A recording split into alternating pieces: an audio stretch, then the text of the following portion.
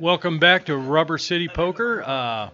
Tonight's game is a $250 buy-in sit-and-go tournament, and first place is a $1,500 seat to the Cleveland Horseshoe Casino's $1,500 buy-in event. Second place is $600, and third place is $400, I believe. Yeah? That is correct. And as you'll see when we get back to the table, some have sit and left because they've been knocked out. We are down to 8 players. Blinds are creeping up, and stacks are getting a lot more shallow. So we'll see if people start stealing more often to kind of pad their stacks, or if they're going to sit back and line the weeds. We'll see. But the blinds are going to be creeping around these guys, and there's not much play left to try to formulate a plan to win. All right. Well, let's send it back out to the table. We'll see if we can possibly get a chip count update here at some point. I do believe Annette is in first right now. Yeah, she's been chipping up pretty good. But I think we have a couple shorties. I think Chris has a nice stack. But I think Trevor, Mandalay, and Goldie are 3 shorties right now. By the way, thanks for the Cavs updates, guys. Oh, did we get, what's the score? 75-68 as the fourth quarter begins.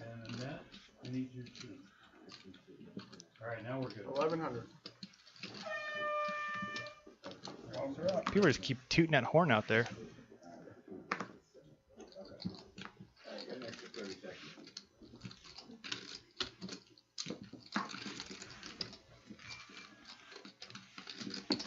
So it folded to Brad. Brad raised, and he took down the blinds.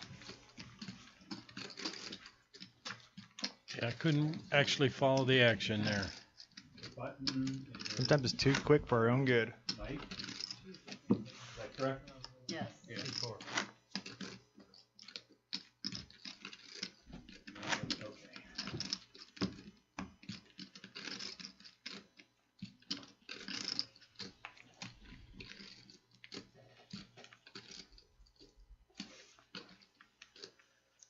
Trevor under the gun here with King 7. I thought you were addressing me. The guy in the tablet, he's tracking all the chip amounts. So when they bet, he has to manually put it into the tablet. That way we keep all chip stacks straight and accurate on the screen. Yeah, all our cards have RFID chips in them. The chips do not, though. Maybe someday.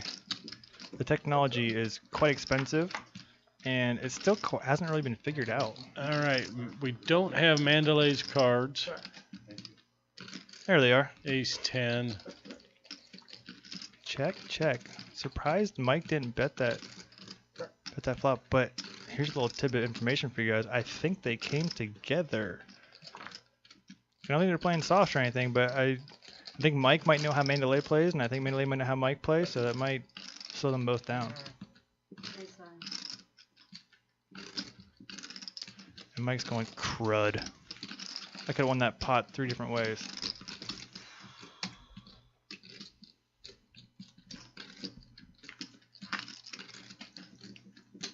Mandalay now back up to 6.7 or so.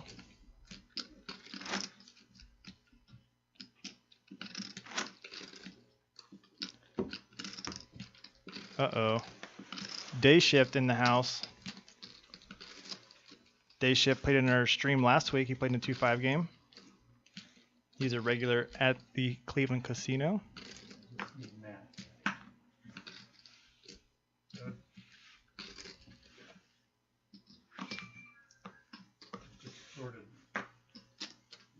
Looks like Annette's going to raise. There we go. 1100. Raise to 11 with Ace Jack. It goes to 11. Call. And another flatty patty on the button. Wow. So I don't want to sound sexist or anything, but I think I'm just going to talk like normal strategic logic here. As this hand's going on. Pretty good flop for Chris. Yeah, Chris isn't mad. But people typically will play against women a little different just because they think their tendencies are to play pretty tight and their range is obviously a lot smaller than the average person. So I think maybe Chris is just kind of just trying to play it cool here and just not get too out of control against the net. That's my only guess on what maybe he was feeling or thinking.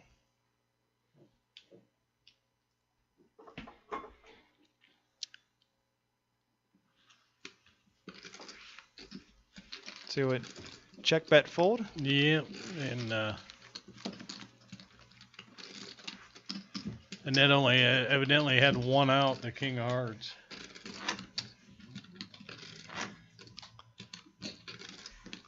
All right, Bob. Let's see if I can remember this hand.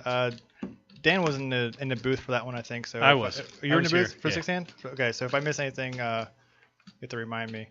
I think a straddle was on because I think we were straddling fairly often that night. And what happened was Pete was sitting, I want to say, in the small blind. Was it small or big blind? It was one of the blinds. I or don't maybe remember. big blind. Maybe I actually think it was big blind and the straddle. That's what it was. So we're playing 2-5, $10 straddle. Pete raises with pocket jacks, fairly standard size. The straddler, who is Zach, re-raises ace-7 back to Pete. Pete looks at him like, dude, what are you trying to do here? Pete re-raises, fairly small, because at this point, you don't need to raise a ton. Zach bets again, only to have Pete put the 6th bet in, and Zach actually snap mucked, and Pete showed the jacks. It was pretty sick. You guys, if you haven't seen it, go back and watch our last video on our archived list, or go to pokeronair.com. Check out our old videos, the 2-5 game with Bart Hansen, because it was pretty filthy. All right, here we had Matt raised it up with queens. Brad had 7s in the big blind and called.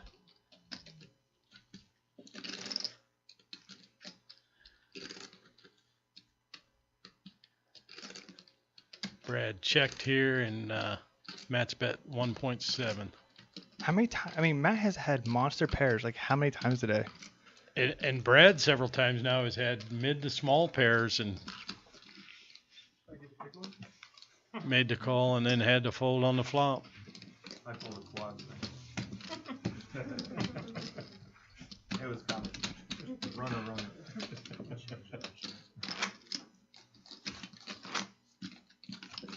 What was the low card? Jack 10, Jack 10, 5.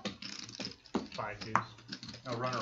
Yeah, My quad. 5 deuce, 5-5. Right? No, I had pocket deuce.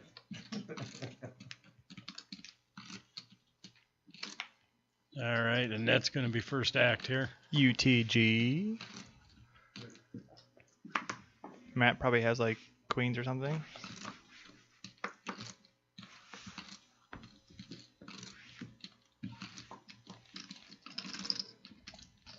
Trevor actually stacked back up a little bit too.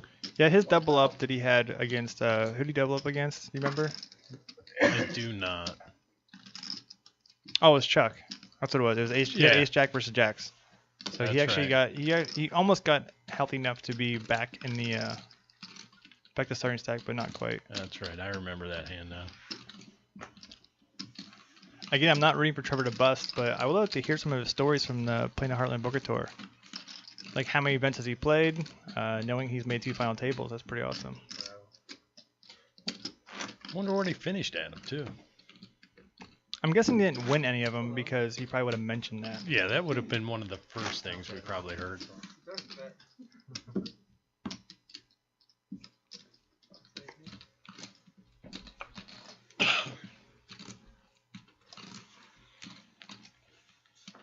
Matt under the gun here with 5-6 of spades. I only had one caller.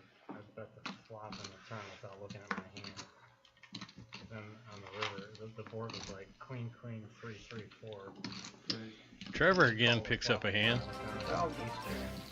Makes it 1,000 with ace queen suited. I'm thinking ace high is good, so I check behind. He's got like the 4. He's like, all I gotta do is bet. Like it's so bad. Like if I don't look at my hand, I bet again. Oh, I I think Goldie will ship it here. I mean, Yeah. it's a clear ship. 2,000. Oh wow. Evidently the net's got something to think about. In position, heads up, and 1,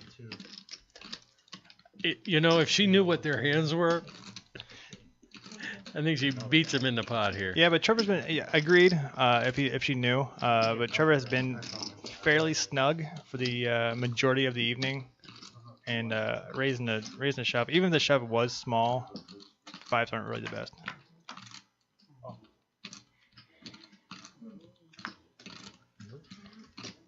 And it's a chop pot.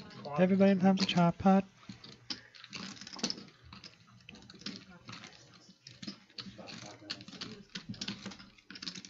Looks like Annette's brought out the sucker now. When all else fails.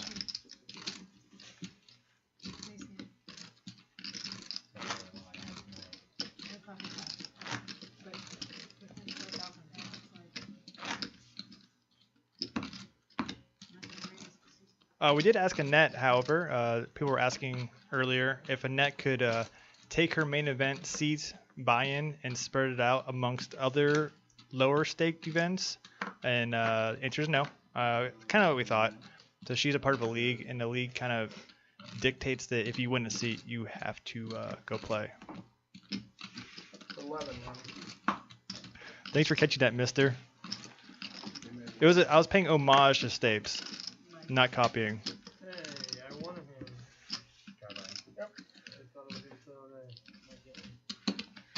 It's one of Mike's first Been a while. hands he's won, I think.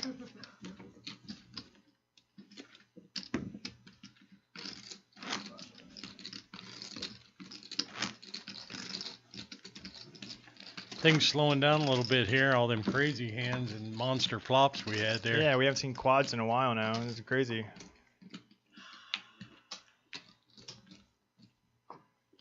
No top sets against nut flush draws. Right. Nice pan of the table here. Getting everybody in the shot.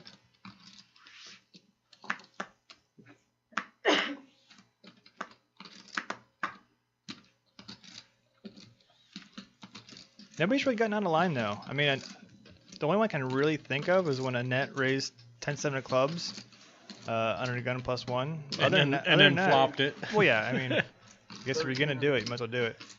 But other than that, it's been fairly straightforward from everybody. Let's see what Matt does here.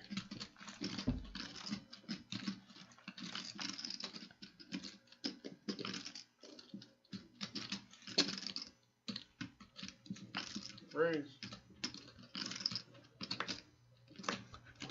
27.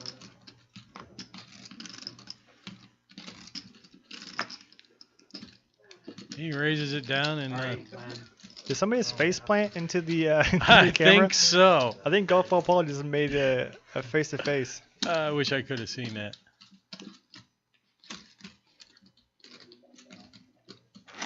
Matt gets another win there.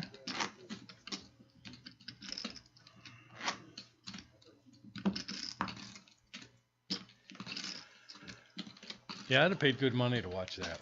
Well, yeah, I wish we had another camera view of old Paul smacking his face in there.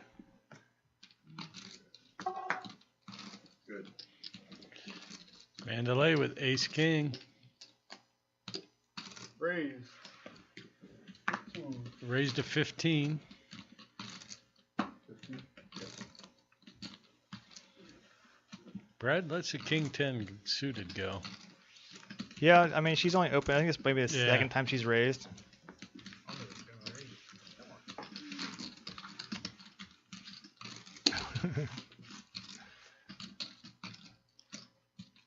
No one wants to contest.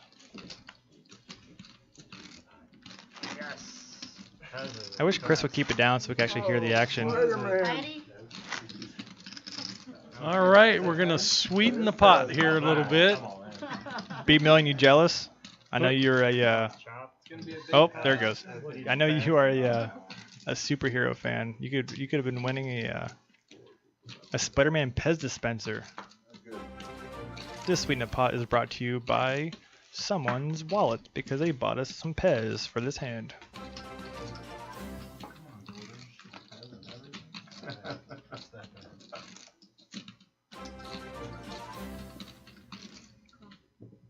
Call. Just a call. You'll be able to see it, Trevor. I'll buy that from our local. Letting the 2-3 in. Or the Okay. 10-4, I'm sorry. And a net flop strip. She's been really good at flopping things. Yeah. This game's real easy when you hit every flop. And fill up on the turn. Okay. Back. Sharing? What are you sharing? Net bets and wins on the river. Yeah, she's. I mean, she has all the cards. No one else can really Yeah. have a hand. There you go. I'm watching.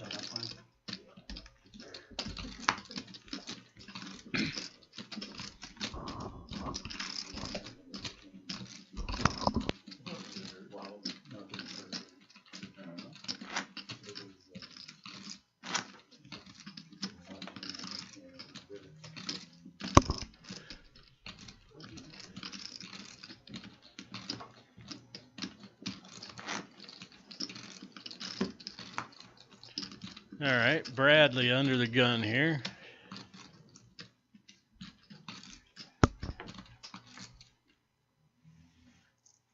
There's our #1 photographer, Paul Moskowitz, the He- dealer's long lost brother. He does take some nice pictures, though.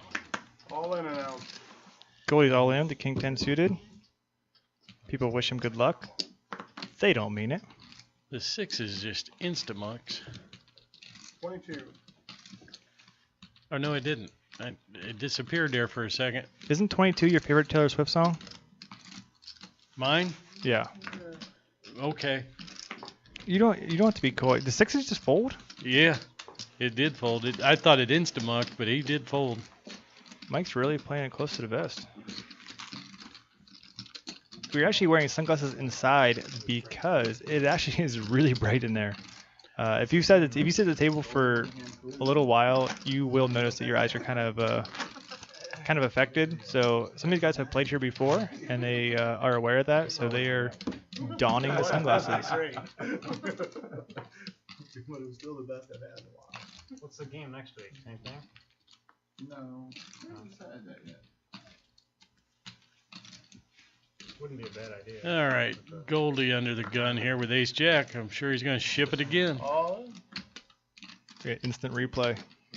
Uh-oh, looks like a net might have a hand. Call. She does have a hand. Is it a call or a raise? Well, actually, that's on you. What did she throw in? She threw in 4,000. And what On. is his? Ooh, we have to have It's a a rolling. call. It's a call, 4 to 28, 24. That's a raise. I think, isn't it? It should be right. Yeah. He made it 24 more.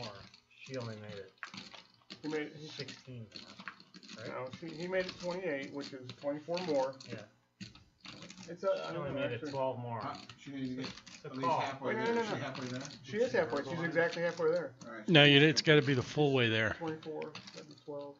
How much are you? 12 more. So 5,200 is the call. The bet. She's not mad. She's not mad that she accidentally raised. Oh, I see why he's wondering. Oh, a big decision for sure.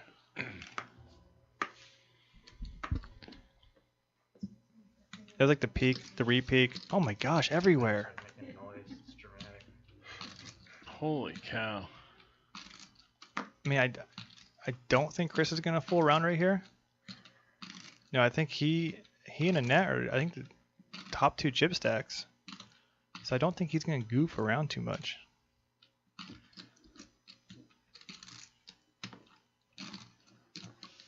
Yep.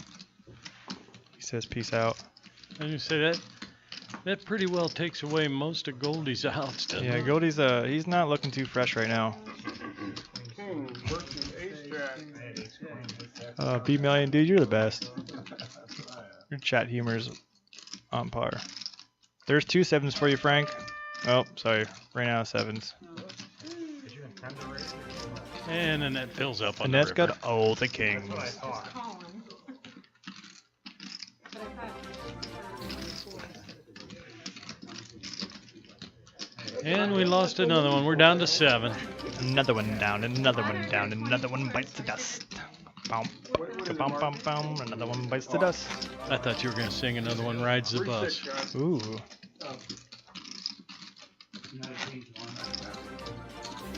Yeah, no cupcakes this week. We didn't want to. I mean, since it's a sit and go, not a cash game, we wanted to distract them with too many delicious treats. So the Pez are a nice little happy medium. And the cupcakes are every other week. You know, with that phone and everything.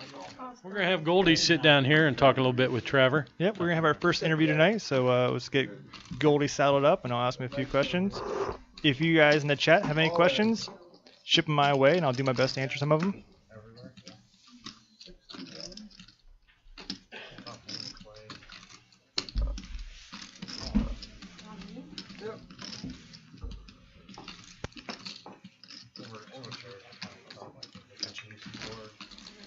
Welcome, Goldie. You are the first brave player to come back here and hang out with me. Thank you. Everyone else skated out here pretty quick. Yeah, kind of cards is what it is sometimes. Yeah, well, sometimes when you're tilted and you're bummed out you lost, you don't want to talk to anybody. So I completely understand everybody. But first question I always like to ask everybody. So how did it feel knowing that Big blind. at this point I think 1,000 some people are watching you play every hand? Is that a little intimidating, or did it bother you at all? Not really. I played in the World Series of Poker. Last year, Moneymaker knocked me out on the ESPN table, so That son of a gun. it was pretty bad. But everybody's got their bad beat stories, so sure. it's just kind of the format here. Just you're concentrating on a single table, so that's really your only mindset is single table. Nothing else really matters. Yeah, just moving on and watching everyone else fall out before you. That's right. Trying. Yeah, exactly. We do have an all-in. I don't think anyone's going to party with him. Yeah, Matt. I think Matt's going to pull as well. He's trying to make sure he's not getting odds, but after a brief calculation, he's going to know. He's going to kick it in. So obviously some tough luck. You shoved in the hand before. It was what, King 10 or something like that? Yeah, King 10 suited. Under the gun +1 maybe. Yeah. And then you tried it again right next hand. Actually, you improved. Had a better hand, but that's poker. You feel pretty good. You had what, like 9-ish blinds, 8 blinds, something like that. I was really looking for any two cards to shove with, and I just kept getting a Jack 5, Queen 4, so I really didn't have much opportunity to really shove with at least with a chance. Had I had a smaller connector pair. And it probably didn't help having like in your steel spots, having a nut in your left, the chip leader, Yeah. then another big stack Matt, and then the biggest chip stack was Chris, like was down. So even if it falls to you like in a hijack, you're just looking at all the big stacks in front of you that could call you super wide. Yeah, and I knew I was getting called. I just wanted to make sure I got it in with two bad cards that I had a real good possibility of getting lucky. Yeah, I mean, I guess that strategy. Sometimes it's better to have a couple low ones, knowing they have a couple high ones, and you have full equity, I guess. With Ace Jack, you virtually know any call you have, you're probably still behind, and then the net calls. I knew I was in trouble immediately. I mean, that's just one of those things where you'd rather have two lower cards and hope that she doesn't have a big pocket pair, which she did. Yeah. Well, actually, as we're talking, we had, oh my goodness, Wow. another all-in moment, and Mike just get crushed on the river by Trevor. Kings versus Ace Jack. I guess that's how you do it with Ace Jack. Yeah, unfortunately, a couple minutes too late. Yeah, I'm sure you're glad to watch that happen. Ugh.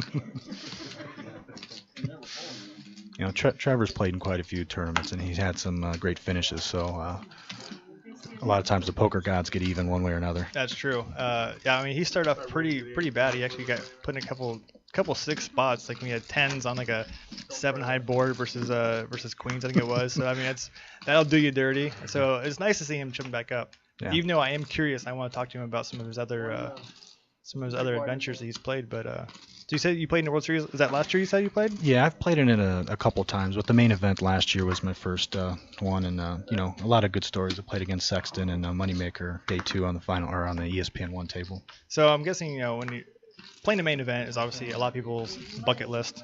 So did it meet all your expectations that you hoped for? And more. I've always played in the smaller events, and I was able to win my way into the big one. And I will say it is a spectacular event. Well, I played in a smaller event a couple years ago. Just being at the Rio with all the energy and all like-minded people, I mean, it's a special thing. There's nothing like hearing, all those tables and the poker chatter going on with everybody shuffling their chips. I mean, it's almost a deafening roar. Yeah. You almost have to have those headphones that silence everything to really think through some hands sometimes. Yeah.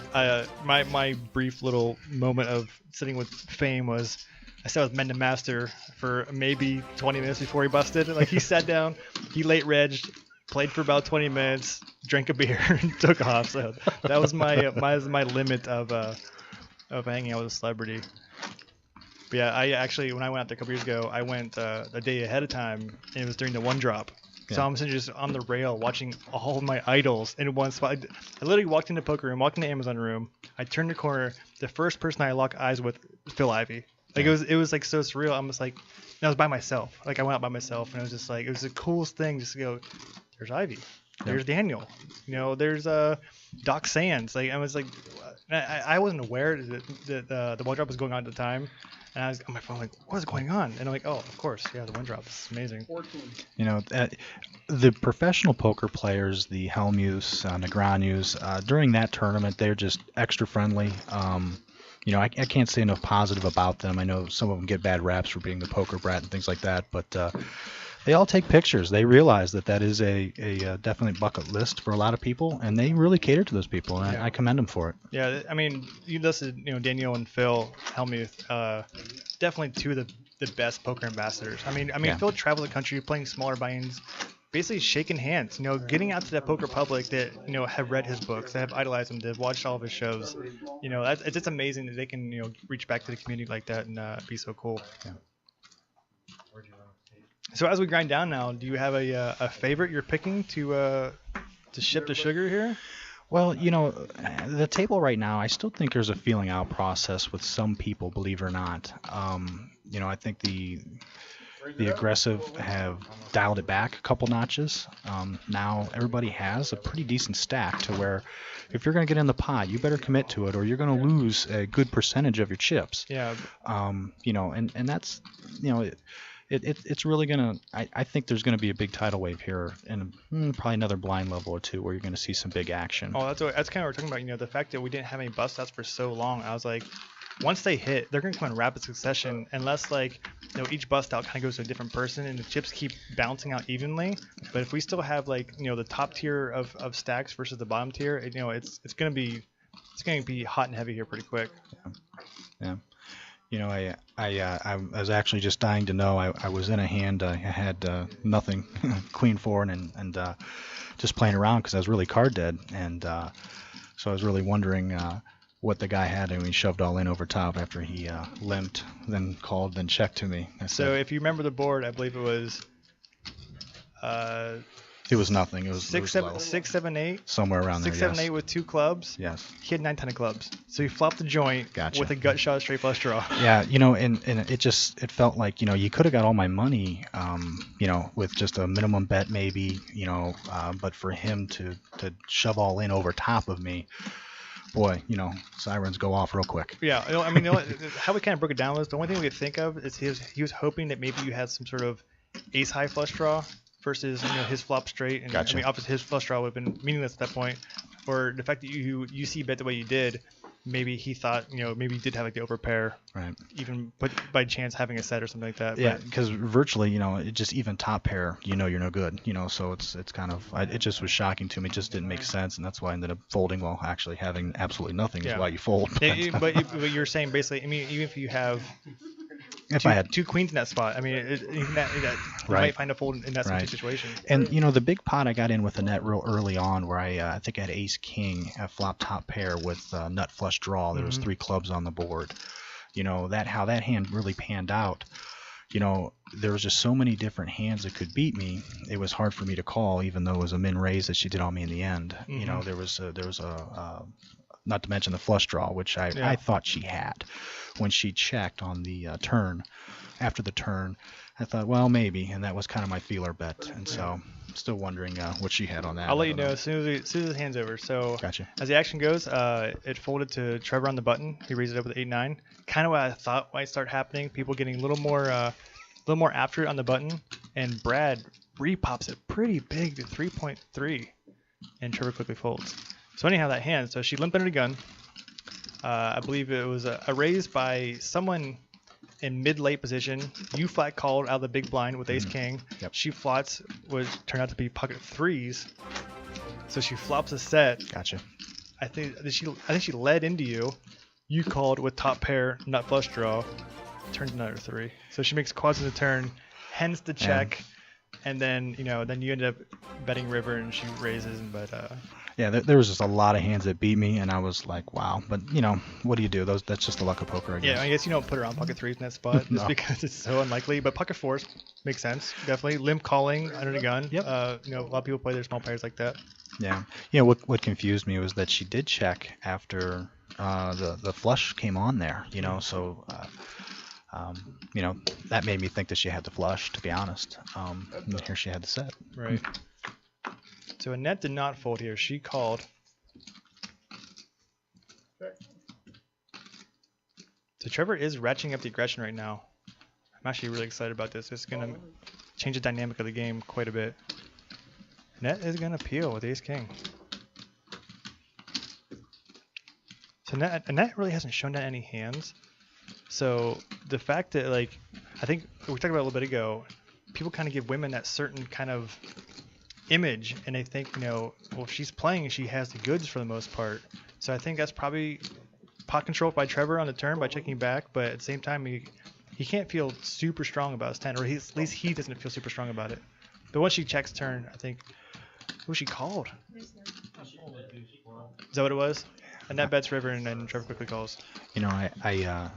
I definitely would never put Trevor to fold that hand, no matter what really was bet. I think with what he had left and playing with him as much as I have,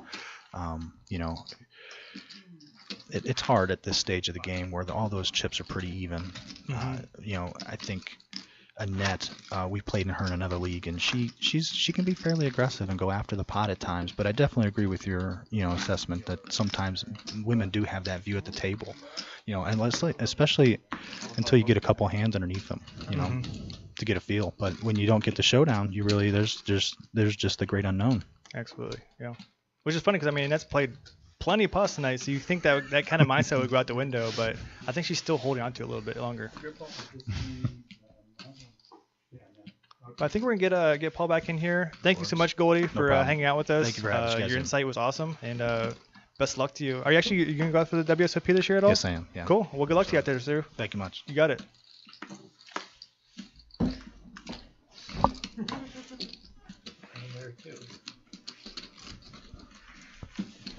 Come on back, Polly. Your seat's nice and warm. I need somebody else in there so I can bring back. 5 minutes remaining. Sorry, chat room, if you were asking questions, I wasn't able to look at it. I was trying to be engaging.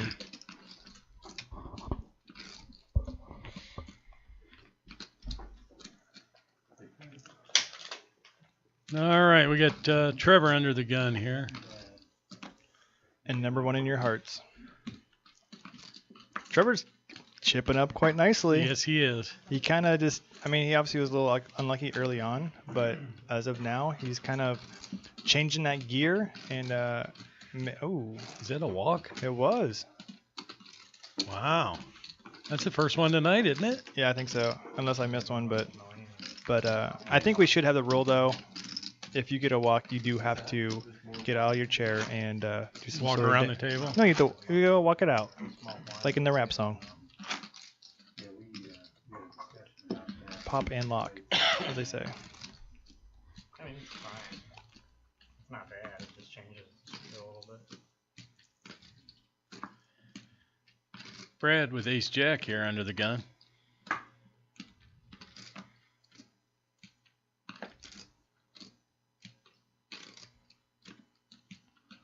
Brad's been playing pretty solid throughout the night. I think a raise under the guns can get decent respect. But the Might get a call here. The queen jack is oh so pretty. Yeah, might get a call here. And Matt is in position. I love them kind of hands in position. I miss you too, Dan. Did he miss me or just you? You just said me, so Oh, I'm not sure you guys that figures. are fighting right now, or Not that I knew of. you did but beat him heads up last night. He's probably not too thrilled about that.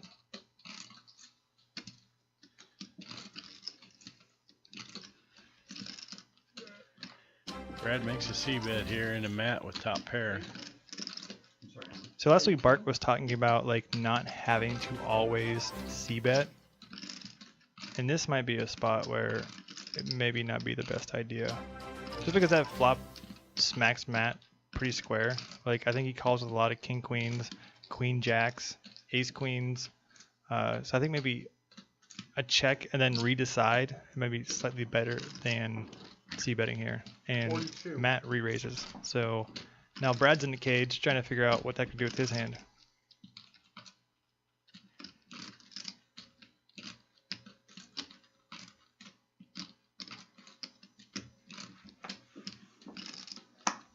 And he lets it go. And Matt shows the queen. It's like, hey ladies. I'm bluffing everything. So I'm not bluffing every time. Not bluffing every time. The guy that's had more high pocket pairs than the rest of the table combined. He's like, I'm not bluffing all the time. And 2 of his little pocket pairs would have had quads. That is the truth.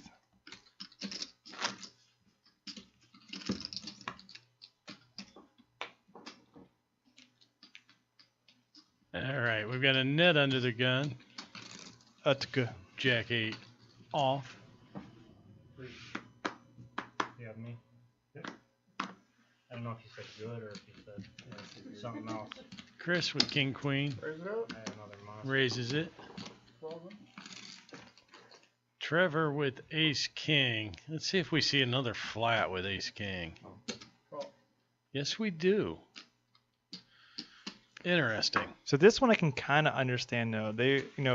Trevor's on his way up. Chris has kind of been there. I can see playing a little pot control against another larger stack. But I mean, I feel like Chris is raising in that position pretty wide range. I guess he doesn't want to fold out anything worse, but playing out of position, not making a pair is kind of tough. 15.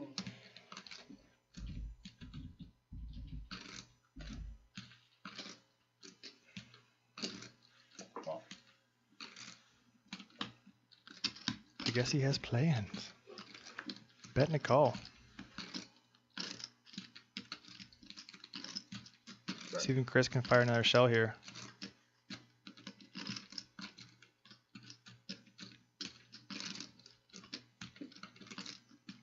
Does he have the second barrel? I think they're gonna say the second testicle.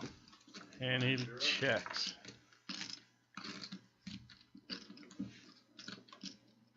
I think Trevor knows he's got the best hand now.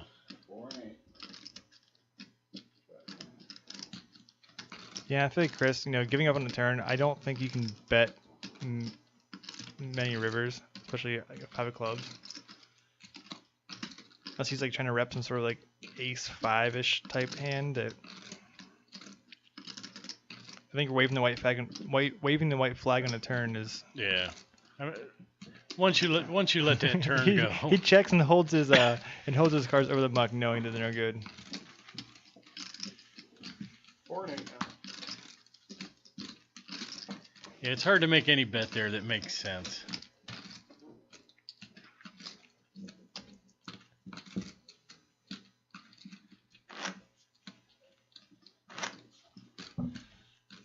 See if we can get shove our chip counts here before too long.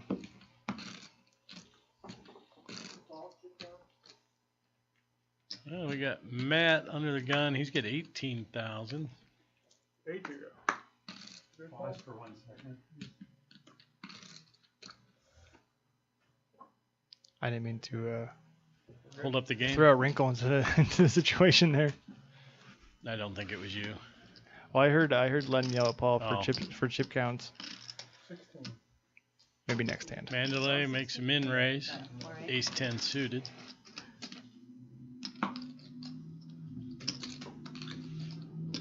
And she's going to get no action. Or maybe she is. Wow. 2 players. And that's check. And flops top bottom pair. Yep, that's gonna take care of it. I was Yeah. gonna say, and that was hoping for lightning in a bottle there, and didn't really work out to her favor. I'll call a lot of hands with the min raise out of the big blind, but 8-2 is not one of them usually. Yeah, with no antes, I don't think it makes a lot of sense. They're just, I know you're getting a pretty good price, but in all reality, it's not even all that great. Well, thank everybody, all the new followers tonight. We do appreciate it. We do this for you guys. So if you're not following, you don't care, then this isn't going to mean a whole lot. So we appreciate it a ton. Chris under the gun with ace-9 lets it go. Brad on the button with king-10. I expect a raise here. Do you recall what our blinds are at right now? 4 and 8. 4 and 8. I guess I could have decided that from The 800 to call. the pot size. Thank you, PJ. You're the best. Or Tony, whichever one of you guys did that. Well done. Raise and take it for Bradley.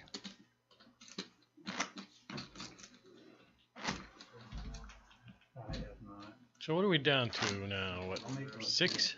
6 seems right. I think we've lost 4. 3 did not want an interview. 1 was an excellent one. Yeah, I know. Mike said he might be back. Oh yeah, He was, not happy.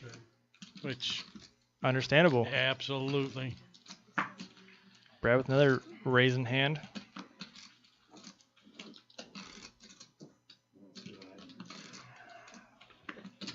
Seventeen.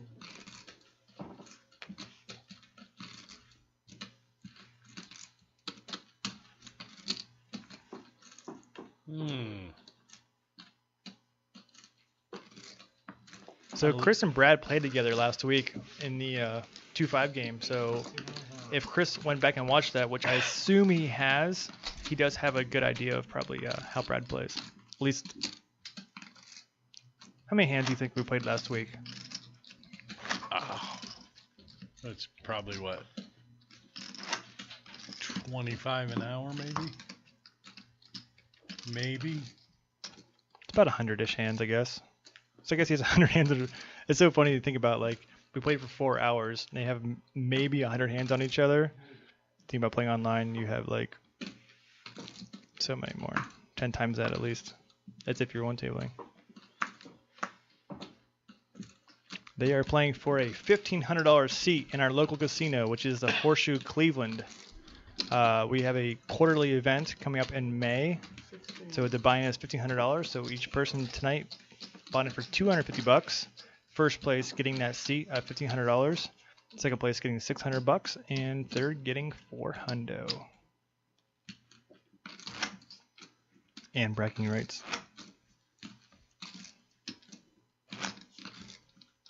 I'd like to give a shout out to one of our crew members, Paul Moskowitz. A few of us went up Sunday and played in the satellite, and Paul won a seat to the $1,500 buy-in.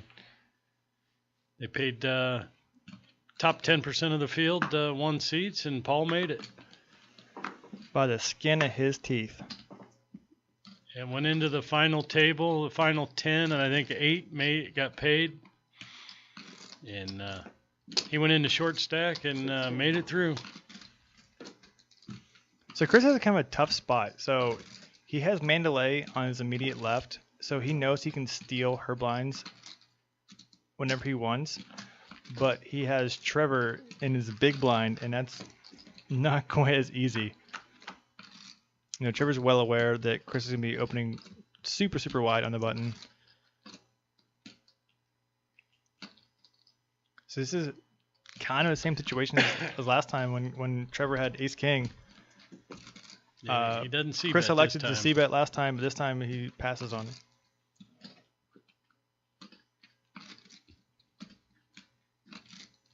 Now he's going to bet.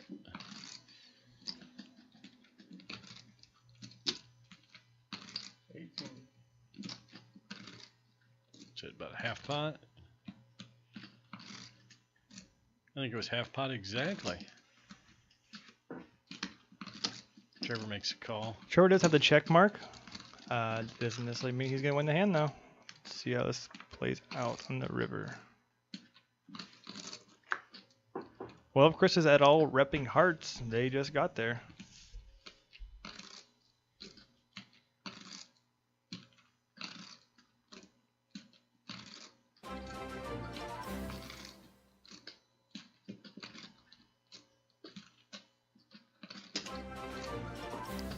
So I don't usually diagnose hands like that as blocker bets, but that almost exactly was a blocker bet because Chris has no fold equity after that, I don't believe. So like by Trevor leading out there really put Chris in a spot of, you know, I don't know. I think I lost my train of thought on that one.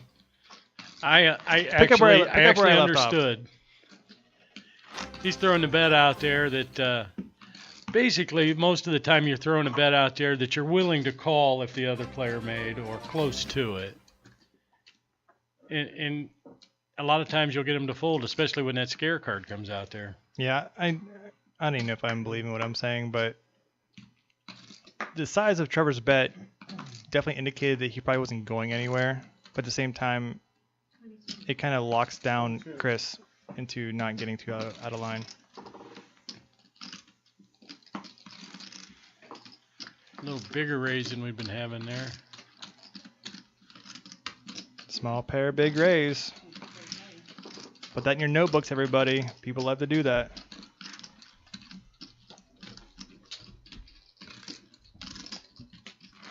Shout out to all of our new followers tonight. Thank you so much. Thank you, Mr. Rogers, out there for keeping the chat nice and fun and juicy.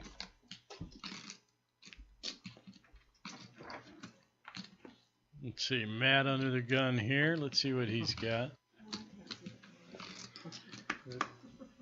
Kind of slowing down a little bit here. We need to get some hands. Get some big hands together. Uh-oh, I see a bink bell. 16. I knew where that bink bell came from.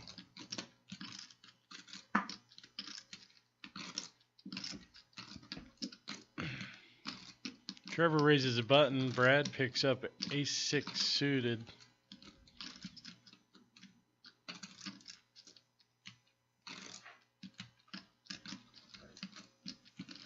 Raise now. Looks like a raise. I think Brad has found himself in this spot quite a few times tonight. This looks like a really big raise. Oh, wait a minute. He pulled something off there. Like he's in the small blind. Someone raises, you know, late position, and he always had like. I mean, he had a couple good hands, but this is like, you know, obviously a very middling hand, and he keeps finding himself in 3-bet spots.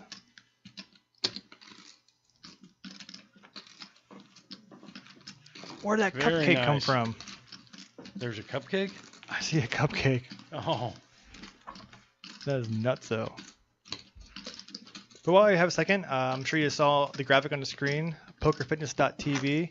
I recommend all of you guys going there, checking out some of our yoga moves for poker players to help elongate your body, for one, and your poker sessions. So you ever find yourself at the table, you know, 6 hours in or so, and you're just like, I just can't take this anymore. My back is killing me. My neck's killing me. Try some of these yoga poses. Work on them. Work on your strength and your core. I swear to you, you'll have much longer sessions, and longer sessions equals more money. And who doesn't want more money? 16. Trevor picks up jacks here and raises it up. Brad just 3-bet him, so I doubt he'll do it again. But Brad's kind of squirrely. Like I didn't know that. I didn't know that about him at first. But the more I get to know him, he's a real goofball. So he doesn't care that he just did it last hand. He'll keep at it.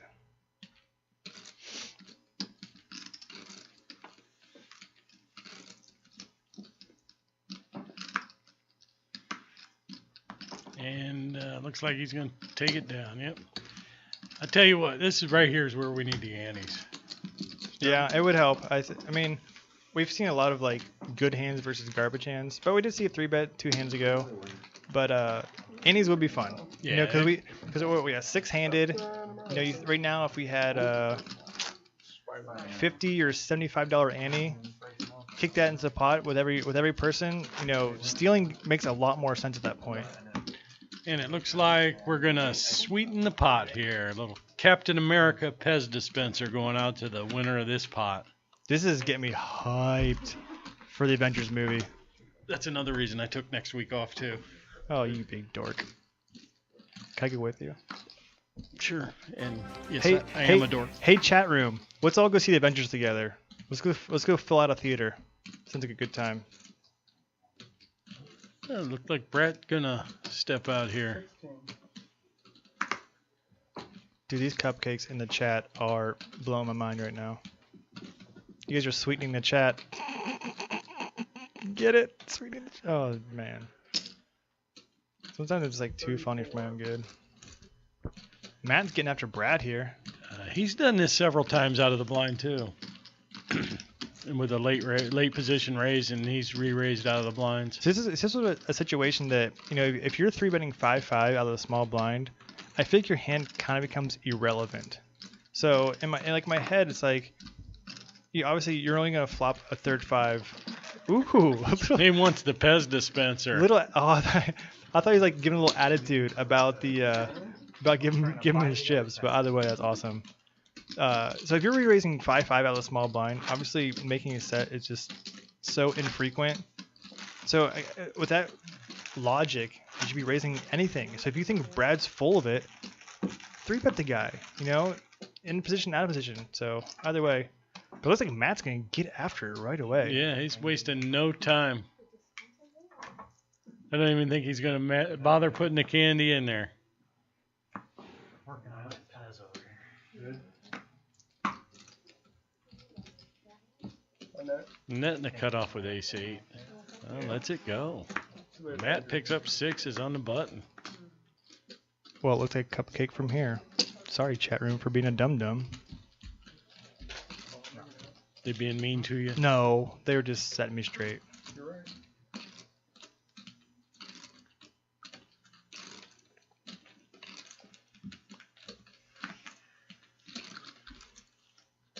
Matt's gonna scoop another one. If we can get the chip counts up in between hands, that would be super duper.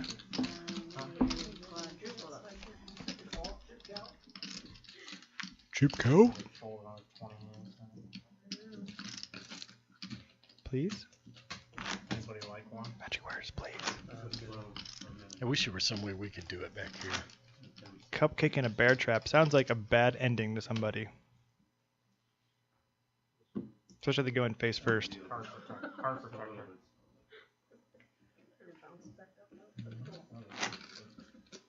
Matt is tearing into them Pez already. There they are. Looks like I'm the chip leader. Matt's in second, and that's all the further I got. Yeah, we're gonna have to work on leaving that up a little longer. Hard to read that quick. I'm not the chip leader, guys. Spoiler. It's Trevor on the table. No, you usually are, so I could see the. Tell you what, not confusion lately. Speaking of Singo, someone needs to get sitting to go together. Come play. 17. I need to get a pair of them shades. Ooh.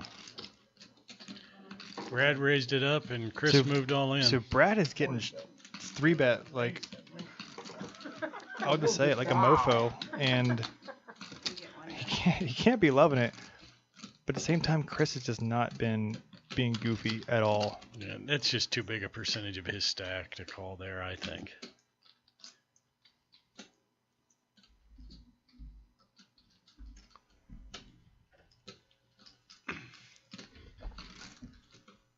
No, if he does, he's only a 60-40 dog. 6.7 to win 11.3.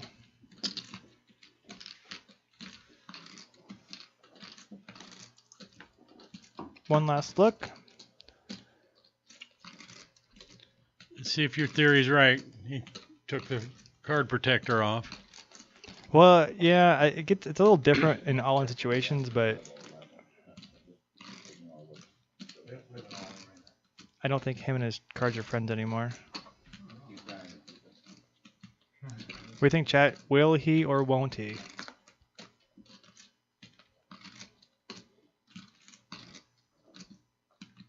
I just think you can find a better spot than this. I think it's just To- the to timing get- at all. I mean, this yeah. is like the third time in the last like 2 orbits that someone's 3-bet him.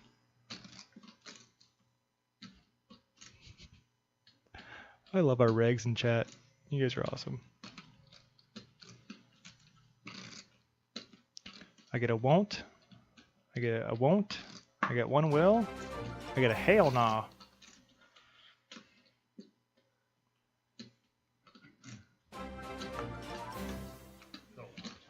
And the won'ts are right. Queen 10. Don't call me Troy. My name's not Troy. You stupid trolls. Oh, that's awesome. Craig, you son of a gun. Chinese jack. There's a shot of our chip counts. Chinese jack. So we have two guys tied at the top. Annette in third, Brad in fourth, Chris in fifth, and Mandalay in the rear. And it looks like we will keep playing. We're going to skip the break there. Next hand will be 5 and 5. Think After we got one more hand here at 4-8. Next hand will be 500 and 1,000. Guys, don't call me Troy. Really hurts my feelings. 22. I finally get to hang out with Bart Hanson. He calls me Troy all night. Am I a nerd or am I a nerd? Oh, here we go. What's Mandalay do here? She grabs her chips with both hands. And throws them in the middle? Yeah, throws them right at Jerry. Yeah, I think that's just the opposite of what's going to happen. B-Million, you caught that, huh? Oh, you're getting some love there, Troy. Oh, so 5 and 1,000. I might as well just change my name. I'm gonna go. Where do you go? Where do you go to change your name? I think you have to go to the courthouse. At this point, it might be worth it. I think that's going to be your new nickname. I got called Vincent one weekend at a casino. Vincent? Yeah. He's like, "What's your name?" I'm like, "Trevor." He goes, "Vincent?" I'm like, "Trevor." He goes, "Vincent?" I'm like, "Yes." And it was Vincent the rest of the weekend. I could be a Vinny, right? Did I Yeah. get Vinny, guys? Vinny Barbarino. Hey. What am I doing behind this microphone? Hey. 13. 2,000. 13,300. Does this look like a face of a Troy to you? Yeah, I'm not sure. That's up. Troy. FTW. Trevor raised a button with 10-8. Annette called with King 9 out of the big blind. Thank you, chat. Looks like You're the best. Annette check folds. Are you keeping up with the action? Because I I got it. yeah, you good? Because I'm Yeah, I'm just good. talking. I'm just Yeah, hanging out. With I'm good.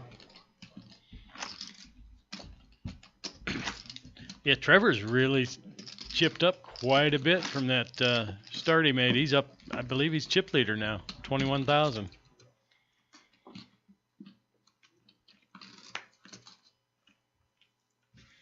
You can see why he's made 2 Heartland Poker Tour final tables, that's for sure.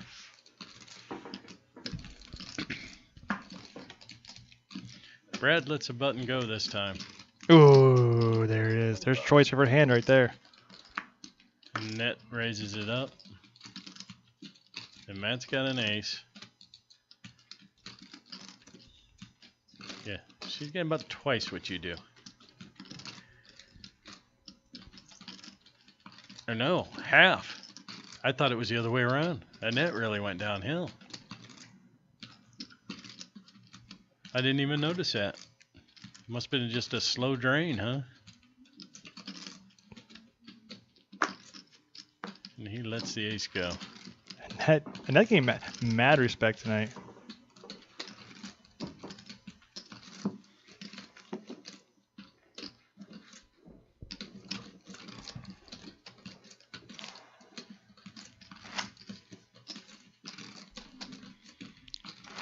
I have a bold prediction. Someone's gonna bust out this hand. This hand. Yep. Wow.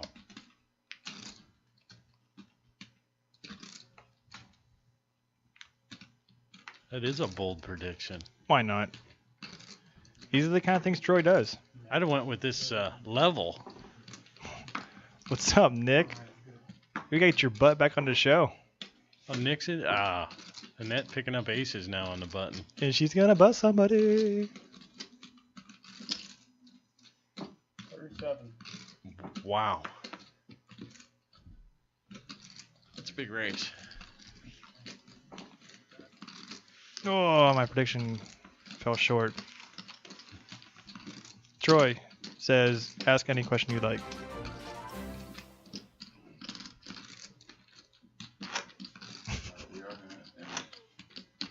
You guys are killing me. Crafton still in the chat? Yeah. Comfortably in his own home. He probably started the Troy chatter, didn't he? Well, technically Bart Hansen did, Oh, but well, the you know what I mean. Suited Dan did not relinquish. Matt on the button with Jack Queen. I think let's call him Iceman from now on. For Goose. Well, if he loses, he's Goose. If he wins, Iceman and or Maverick.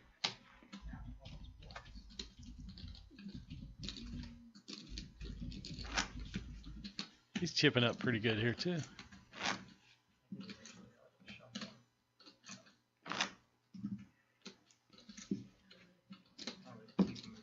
Bart Hansen was great last week. He blew my mind. His ability to analyze on the fly like that. Like, I know you guys kind of tease us trolls a little bit. Like, oh, you guys sound like dum-dums. Get in a booth. Get in a booth, get on a microphone, and call live action. It is a lot more difficult than you think. It was really easy for me to sit there and go, yeah, Bart. That sounds great, Bart. Perfect, Bart. It's not too often I'm like, Bart, you're a dumbass. Shut up. Brad Ooh. shipping it under the gun with Brad ace-8. Brad rocking the chip dance and then the ship in the middle.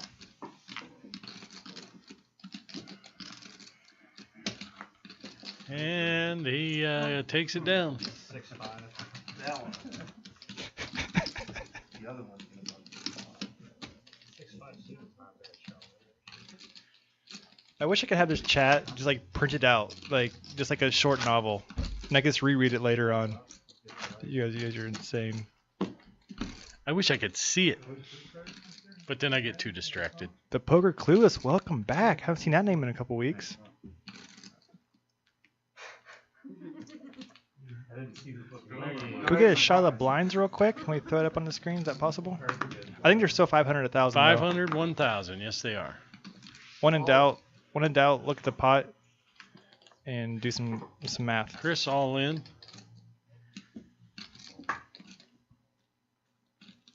Ooh, that look away, like, ghoul, He wants to play. ghoul, so close. He's getting tired. Tired of folding. Yep.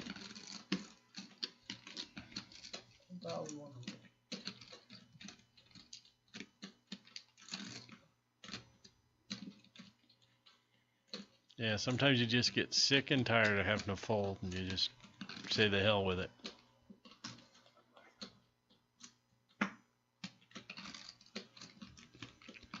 Trevor made 2 final tables of the HPT. There's a shot of Trevor right there in the hoodie and the sunglasses. I wonder if we get to meet Maria Ho. She actually walked past me when I was at the WSOP a couple years ago, and she looks better in person. I'll let you guys know that. Not that she looks bad on TV, but she looks even better in person, is what I was trying to say. She's a very, very nice looking lady.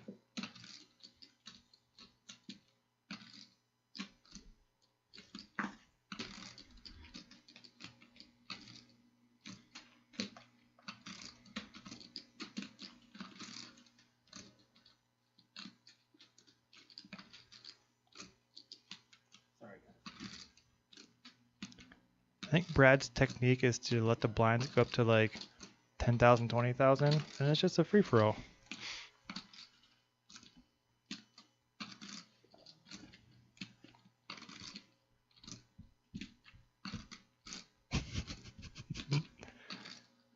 Clock. I was just going to say, I don't like to call clock on anybody, but when you're running these short blind levels like this. What's our ruling? Are we allowed to call clock from back here? He makes the call. See, all we had to do was call clock. A battle of epic proportions.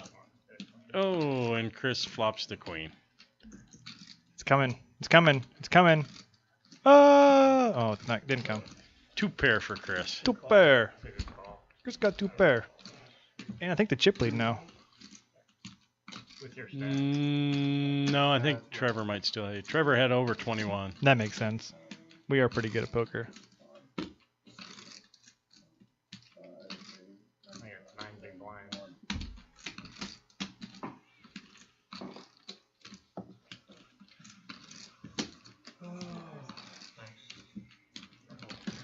All right. Well, Chris is back in the top of the leaderboards here, so it's probably like second in chips. Brad is, as they say, on Z life support. Tournament play gets pretty ugly when you get further in. Chip in a chair. I like Chris. I mean, I like Brad too, but Similar to last. I play with Brad a little more often, so I'll give Chris a shout out right now. I think Chris is a super solid player, and he's gonna be pretty dangerous at this point going forward. Just like you said. Yeah, him and Trevor and Mike, all 3 have a real shot here. And Ned, if she can double up.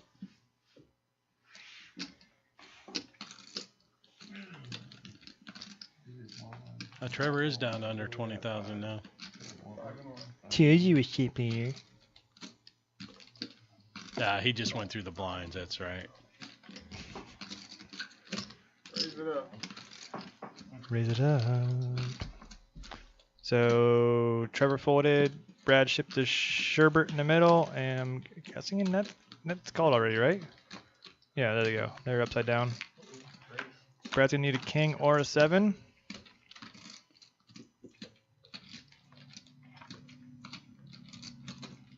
Or 6. And Brad's out. Rimdog, I didn't know, so you were in the chat. Thanks for hanging out while you're in here. Have a good night, man. All right, we'll bring Brad back here, I think. Assuming he's not gonna come punch me in the mouth or anything like that. Yeah, he usually doesn't steam too bad. I need Rick back here to save me. I need a bodyguard. Is Rick in the chat by any chance? That'd be cool if he was Yes, in it here. would. If he's in here chatting with all of his buddies. Dead brother. You know, it'd be even better if his name was Murder Rick. Murder Rick? How's that not like a rap guy's name? Like, shouldn't that be like someone's name out there? All right, here comes Brad. I'm going to step out and let Brad talk to Troy for a little while. Oh, you son of a bitch. You're making me curse. I didn't know how to fix that. Help me! Yeah, I'm losing all ability to function like a human being. All this Troy talk. Troy, who's Troy? Apparently, he's not here. Don't worry about Troy. Okay. All right. What's up, Brad? I'm good, Trevor. How are you? I'm just gonna say it better than you, I guess. Yeah. I felt better. First of all, I mean, it's cool to be in the presence of a budding online celebrity such as yourself. Is that what we're This calling? is Is that big- you guys are calling me out there? That's what I'm calling you. Look at I this don't hair. know what What's the going on chat's with my doing. hair here? Yeah. Anywho, You need a haircut. I digress. For sure. It's got a fresh do. I'm faded up. Straight. So anywho, welcome back to my domain. Yes. Made I'd rather be out there. Of course. You made a great call. You had to think about it for quite a while, but you made a great Yeah. call to King 10 up against Queen 9. Yeah. Practically a flip, lost a flip. Yeah. You got to be happy though. You made the right call. I mean, you did do. Well, actually, I'll let you answer. So, what was your deduction process? Chris shoving the button. You're in a big blind with King 10 suited. What was going through your head? Couple things. First off, Don't tell me all the things going through your head. This is there still were a really family just two. show. There's not a lot going through my head. Trust Okay. me. He did that prior. I think he was on the button and he shoved on my big blind and I folded and I tanked for a little bit. I think I made the right fold, but I was thinking maybe he was taking advantage of that possibly by doing it a second time. So I felt like he was a little bit weak. And then the chip stack, I mean, definitely played a role. So if I fold, I'm still at like 8 big blinds, I think. So I figured if I do have the best hand, I want to get in. If I fold, I'm still short. I think there was one person at the table probably shorter than me, so I thought it was a good chance to double up. Right. It just didn't pan out. So, what can I say? so you were getting 3-bet quite a lot there at the end. You're raising a lot of buttons, and the blinds and or other people were three betting you. Did that play into some of your logic when you called with the king 10? Just because you kind of seemed like people were kind of taking jabs at you, even though you weren't really getting out of line. So like I don't really understand where they were really coming from. But you were getting three bet a lot. Was that come into your mind, like why possibly Chris? Yeah, I mean sometimes you're just like enough's enough type thing. Sure. It'll be interesting. That's why I like this format and it being online. I mean, I can look back and see like if I was making the right decisions or not. I felt like I was. There may have been one. I think it was the Pez hand where I may have got pushed off because I think he just really likes Pez. Dude, he tore into that thing instantly. So there was an added incentive. There was for incentive Matt, there, for sure. and I was just like, I need to get out of the way. But I think other than that, I think I played pretty well. But that probably does go in the line of thinking. Do I look like a giant right now, by the way? Yeah, a little bit. I'm not the tallest guy, but yeah, I mean that played in. Like I said, it happens so much that sometimes you feel like they're just playing my hand, not playing their hand. So it's maybe not a premium hand. So that was I guess the third factor in it. So good call. So this is what, your third time playing now on this table? Yeah, the third time. I mean, you mentioned before how I play in the Akron Poker League, and that's how I sort of got introduced to you guys. So I feel privileged to be part of this group and to be invited to a couple of these events. I'm not a regular like White Ivy or anything like that, and I don't pretend to be nearly as good as a lot of these guys that sit down at this table. So it's been a really good learning process for me, and a lot of fun.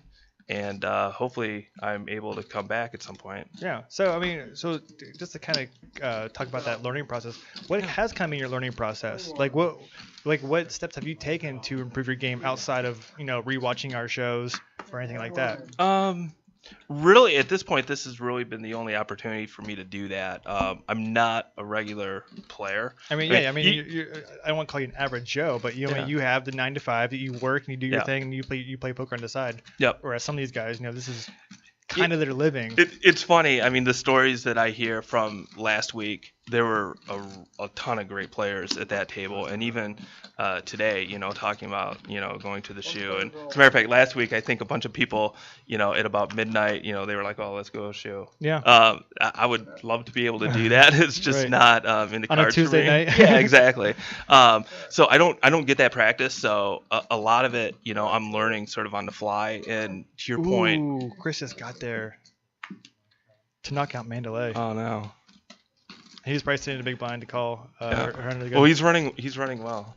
He's running really well. Oh, you would know, right? Yeah. Yeah, exactly. But to get back to that, I mean, I try to study, what's online, and really that's it. I gain a lot of experience just by sitting down and playing with good players. Yeah. I think that's practical experience is the way I think anyone would, improve their game. Yeah, and I'm guessing you watched last week's episode back, right? Yeah, I did. The 2-5 game. Yeah. I'm sure having Bart Hansen in your ear for 4 hours straight. I'm sure a real treat. Like, there's like a handful of people that have had that opportunity to have Bart Hansen personally coach him, and we had a table full of 9 people getting coached for 4 hours straight. So I mean, obviously, thank you so much to Bart Hansen again. We can't say it enough.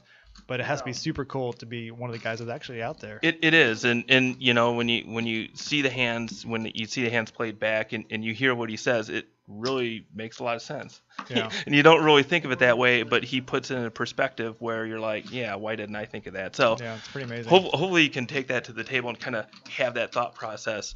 But I mean, he's really, really good, obviously, at what he does. Phenomenal. Yeah. So we did have an under the gun raise by Trevor and a 3-bet out of the small blind by Matt, which is the second time he's 3-bet with a small pair. So has he been doing that a lot? Because I get the sense that was sort of maybe the type of hand that he was doing that with me on, but who knows? He flops 3 6s. He actually, the one time he did 3-bet, he actually did have pocket 5s. Okay, yeah. So I'm not sure if this is like a tendency he has where he likes to 3-bet, or if like he's just, if it's just coincidental that he's had pairs in both spots here, that he's 3-betting people. Then he I guess he took the lead in hand. But okay, well, I guess we're gonna take a quick 10-minute break. I think I heard the horn and people are getting up. So Brad, I'd like to thank you again for hanging out with us. It was awesome. Yeah. But we have part 2 of our Dani Stern interview. So stay glued to your seats, and we'll see you in about 10 minutes. Yeah. Oh, perfect. You like That's that? stellar. Smooth. Watch out, GQ. Here he comes. All right, guys. We'll see you in about 10 minutes. All right. Bye-bye.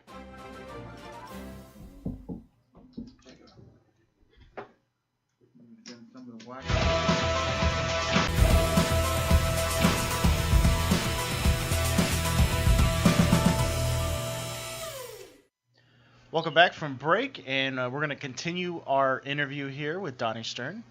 We want to get into more of his current life, and we did a little bit of the history here. So now what we want to talk about is some of his current likes, some of his rituals that he does pre-game, some his lifestyle changes that he's made in order to fit poker into it. So I guess one of the questions that I want to start out with, you've played a lot of live poker, you've played a lot of online poker. What do you prefer? And I guess let's start with that conversation. I prefer playing online. If I could something like May, like the month of May is Scoop on the Stars, where there's tons of action online, there's tons of high stakes tournaments, and I'm usually in a lot of cash game action. Like a month like that is like my perfect month of poker for me. I love that routine that I have. The only thing that lately has been a little bit of a drag online that makes me prefer live sometimes is that there just hasn't been that much action lately at high stakes. So when there's no action, obviously it's a bummer, and you know, there's kind of always action somewhere live. But as like a playing experience, I prefer playing online. It allows for a better lifestyle. I think you can set your own hours in a much better way. You're just more flexible. And I think I have a higher hourly rate doing it, so I prefer it in that end also. But I still like playing live poker. I certainly don't dislike it. I enjoy the change and the change of pace. And sometimes I go play in a live tournament, even if I don't think it's necessarily the best like hourly decision for me. I might be better off staying at home and playing online, but I like the change of pace and to try something different, and it keeps me fresh and you know, prevents burnout, I think. Yeah, sure. Are there any any pre-game rituals or preparation techniques that you go through? And I guess let's consider a live game. So as you're preparing for an event, let's say at the World Series of Poker, you're going to get into an event. Any kind of rituals that you go through, or any eating habits or working out more, anything like that? I'm not too into like the psyching yourself up and doing that whole thing. Like I'm not very zen or anything like that. I just sort of try to get enough sleep, make sure I've had a decent meal, and then go play. I don't really I try to just anything that can help you stay focused, but other than that, I'm not I don't the whole checklist you could go through, like, well, I got the workout in, I got the meal in, I center my chi. It's more just go for it. No, if I get those things, it's good. If I get a workout in, if I get a good meal in, I'm happier for it. But there's been plenty of times at a live poker tournament where I've rolled out of bed at like 11:58 and just like ran over to the room. That's just that happens, So let's take a comparison of PLO and No Limit Hold'em. I know that, or from what I've read, that you prefer Pot Limit Omaha. Well, why is that your game of choice? I guess partially I moved over to it because I thought the games were much better than the No Limit games, and I thought I could have a better win rate if I worked at it. So it started as that, and now I just enjoy it more, and I prefer playing it. I'm certainly much more comfortable in PLO than I'm in No Limit these days. There's more spots that I'm a little bit confused by in No Limit, I think, than I am in PLO. I'm not going to say I think it's a better game or anything like that. I think No Limit's a great game. But PLO right now is a little bit more in its infancy than No Limit. No Limit is so much more advanced at the high stakes online, and it's a much tougher task to stay at the top in No Limit right now than I think in PLO. And I don't know, there's a lot of aspects of PLO that I like. I've put a lot of work into it, and it's sort of rewarding to now to play it. It feels good to be able to exercise that. Put the work into effect, basically. Have you been playing PLO as long as you've been playing Hold'em, or when did the PLO kind of start in your repertoire? I started playing maybe like a year before Black Friday, so probably 2010. I started playing, but I was still probably playing more No Limit than PLO. I was doing a little bit of both. And then right after Black Friday, I picked it up a little bit more. I was still more No Limit player, and I'd say probably around maybe 2.5, 3 years ago is when I completely switched to PLO more or less. So I've definitely played more No Limit in my life than PLO, sure. Mm-hmm.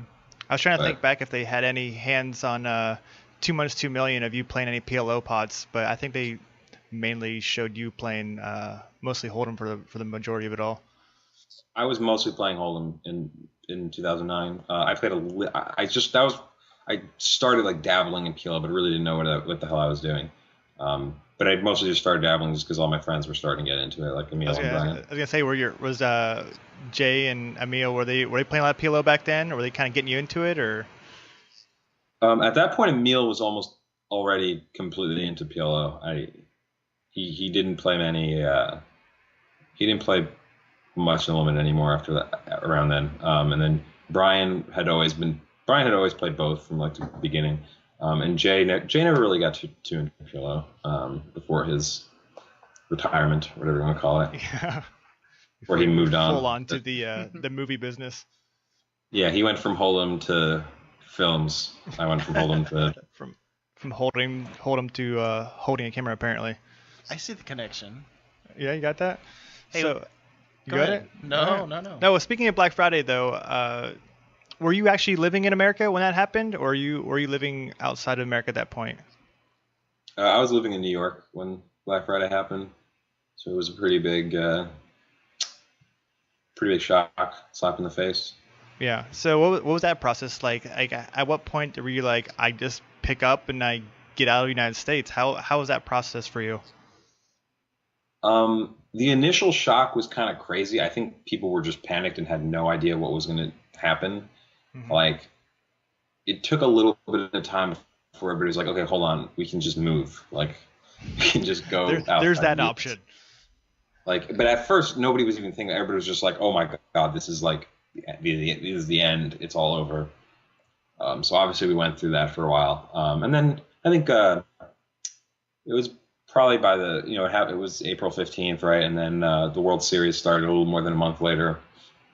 And I went out to Vegas for that. And I think right around,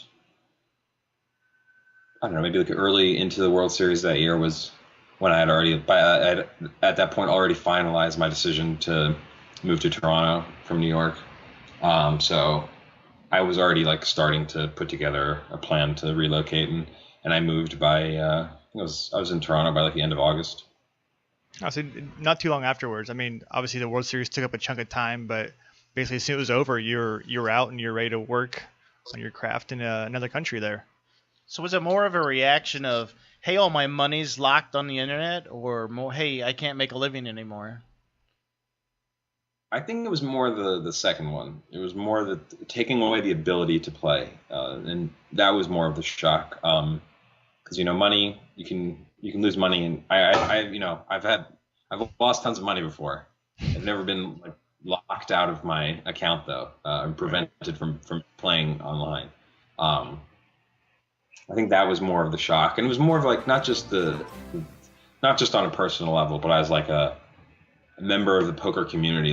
It was just such a attack on the industry, such a big hit that it felt a little bit scary, how fragile our jobs are basically. Exactly. I read an old interview that there was that Black Friday that you and a few other poker players met at a CD bar or a back alley bar and just drank the night away.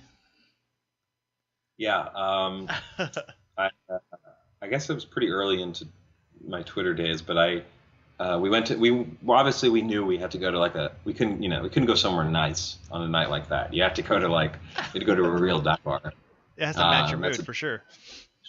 Yeah. So we went to some dive bar and I tweeted hey, any poker players in New York want to commiserate, and just come be miserable with us.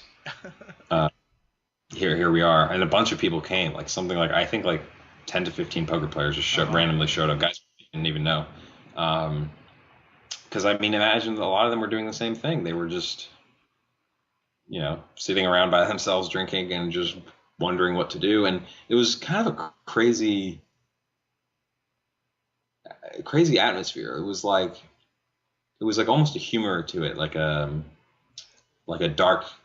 sad, dark, but funny feeling to it. We're kind of, I think, people in crisis a lot of time turn to humor to alleviate their pain. Exactly. It was kind of what we were doing, I guess. All right, we want to thank Dani for being here with us. We're going to take another quick break, and when we come back, we're going to wrap up our interview and talk about what's on the horizon for Dani Stern. So we'll be right back, folks.